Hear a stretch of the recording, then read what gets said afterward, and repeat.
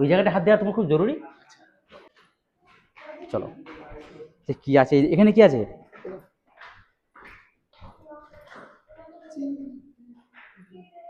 এখানে সেরকম কিছু নেই। আচ্ছা, এইখানটায়, আচ্ছা এখানকার সেই তখনকার দেবদেবীর, আচ্ছা মুঘল সাম্রাজ্য কি তখন পুজো করতো? এরকম ধরনের পুজো করতো? না এক মিনিট, এক মিনিট। ওই জায়গাটা হাত দেওয়া তোমার খুব জরুরি। সত্যিই মায়েরি অবাস্তব ছিলেন। তখনকার জামানায় যে পুজো পার্বণ হতো আর কি, তো এখানে